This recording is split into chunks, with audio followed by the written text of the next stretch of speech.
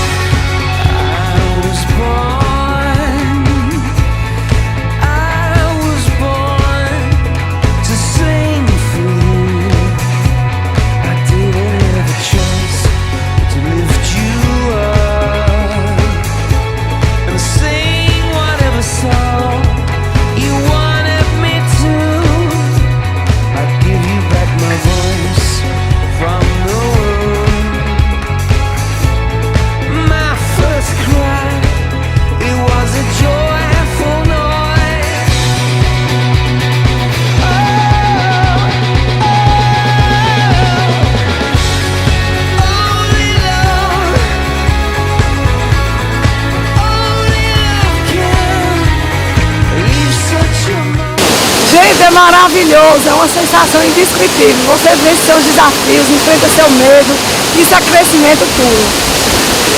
Segura?